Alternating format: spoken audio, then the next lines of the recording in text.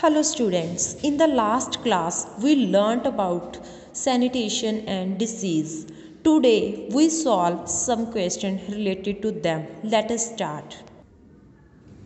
Our first question is 10.1 on your SB 14. Explain why open drains are harmful to animals. वो बोल रहे हैं कि जो open drains होते हैं वो animals के लिए harmful कैसे होते हैं.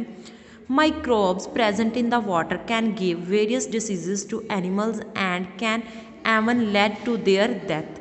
These infected animals can also infect other animals. वो बोल रहे कि जो वेस्ट वाटर में माइक्रोब्स प्रेजेंट होते हैं उनसे एनिमल्स को डिफरेंट डिसीजेज हो सकती हैं और उनकी डेथ भी हो सकती है. वो बोल रहे हैं कि जो ये इन्फेक्टेड एनिमल्स होते हैं ये अदर जो हेल्दी एनिमल्स होते हैं उनको भी इन्फेक्ट करते हैं. Our next question 10.2. A boy threw an empty bottle of juice on the street. Explain how this will affect the sewerage system. वो बोल रहे कि एक लड़के ने एक खाली बोतल को जूस की खाली बोतल को स्ट्रीट पर फेंक दिया है और वो बोल रहे कि ये सीवरेज सिस्टम को कैसे इफेक्ट करेगी. It can block the drain and cause the waste water to spread on the street and create unhygienic condition. वो बोल रहे हैं कि जो उसने खाली बोतल स्ट्रीट पर फेंकी है वो कहीं ना कहीं हमारे जो ड्रेन सिस्टम है उसको ब्लॉक कर देगी जिससे क्या है स्ट्रीट पर वेस्ट वाटर स्प्रेड हो जाएगा जिससे क्या है अनहाइजीनिक कंडीशंस हो जाएंगी. नेक्स्ट बी पार्ट इसका. Do you think this action was responsible? Justify your answer. वो बोल रहे कि जो उसने ये एक्शन किया है जो उसने जूस की खाली बोतल को स्ट्रीट पर फेंका है ये एक रिस्पॉन्सिबिलिटी का वर्क है. No, I don't think this action was responsible. Instead of throwing bottle on the street, he should thrown it into the nearby dustbin. वो बोल रहे कि नहीं ये कोई जिम्मेवारी का काम नहीं है उसको जो खाली बोतल थी एम्प्टी बॉटल थी उसको स्ट्रीट पर फेंकने की बजाय पास में पड़े किसी डस्टबिन में फेंकना चाहिए था. Our next question 10.3. Shanta is not aware of the right sanitation practices. Explain to Shanta why sanitation practices are important and suggest alternative for each of the following practices she follows. A. Throw used leaves into the sink. Dump cooking oil and fats down the drain. Throws the garbage from the house outside the gate on the street. हाँ जी, our answer is to maintain proper hygiene is responsibility of every individual in the society. On the ways to minimize waste at our home is to control what is being released down the drain. वो बोल रहे हैं कि hygiene को proper hygiene को maintain करना society में रह रहे हर एक पर्सन की रिस्पॉन्सिबिलिटी होती है. तो वो बोल रहे हैं कि हमें इस चीज़ पे कंट्रोल करने के लिए कि हमारे घर पे जो भी वेस्ट है ठीक है उसको मेंटेन करने के लिए हमें ये भी देखना होगा कि जो हमारी ड्रेन्स है उनमें क्या जा रहा है. Throwing waste material like used leaves cooking oil fats down the drain can choke the drain and create more stress on the water treatment plant. हाँ जी, तो वो बोल रहे हैं कि जो उसके घर पे वेस्ट मटेरियल है लाइक टी लीव्स है कुकिंग ऑयल है ठीक है उसको यदि वो उसको ड्रेन में थ्रो करेगी तो क्या है वो हमारे ड्रेन सिस्टम को चोक कर सकता है और जो हमारा वाटर ट्रीटमेंट प्लांट है उस पर ज़्यादा स्ट्रेस क्रिएट कर सकता है. इसीलिए वो बोल रहे हैं therefore Shanta should throw these waste material into a dustbin. Shanta को इसीलिए जो भी उसके घर पे वेस्ट मटेरियल है उसको ड्रेन में फेंकने की बजाय यानी कि नाली में फेंकने की बजाय डस्टबिन में फेंकना चाहिए. हाँ जी, our next question 10.4. State the various way in which you can contribute to maintaining hygiene while travelling by a superfast train. वो बोल रहे हैं कि एक सुपरफास्ट ट्रेन में ट्रैवल करते समय आप हाइजीन को मेंटेन करने के लिए अपना क्या योगदान दे सकते हो. To maintain hygiene while travelling by a super fast train हम उसमें क्या कर सकते हैं by not throwing wrappers of packed food out of the window of the train. वो बोल रहे हैं कि जो पैक्ड फूड के रैपर्स होते हैं हमें उसको जो ट्रेन की विंडो से बाहर फेंक देते हैं उसे बाहर नहीं फेंकना चाहिए.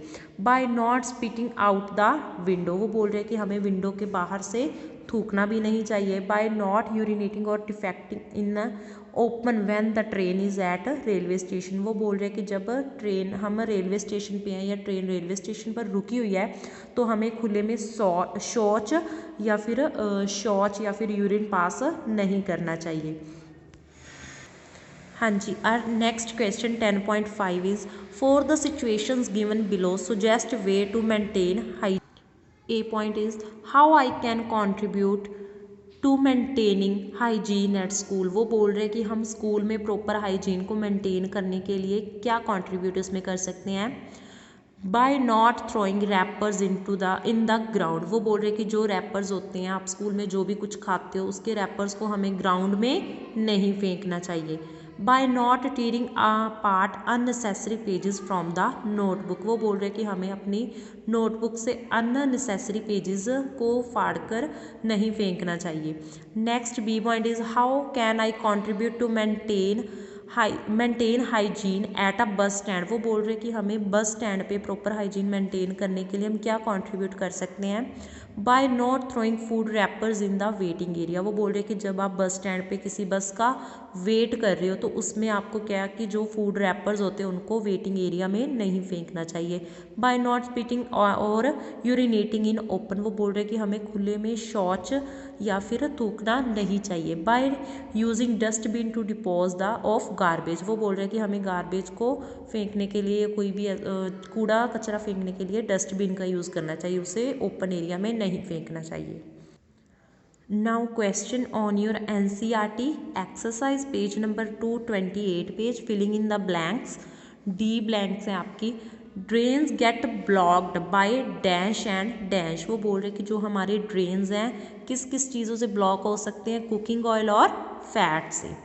Then question number 3 on your NCERT page number 228 why should oil and fats be not released in the drain explain. वो बोल रही है कि जो ऑयल्स और फैट्स होती हैं वो ड्रेन में से आगे क्यों नहीं जा पाती, वहाँ से रिलीज्ड क्यों नहीं हो पाती हैं। Because over a period of time they harden and block the drainage pipes.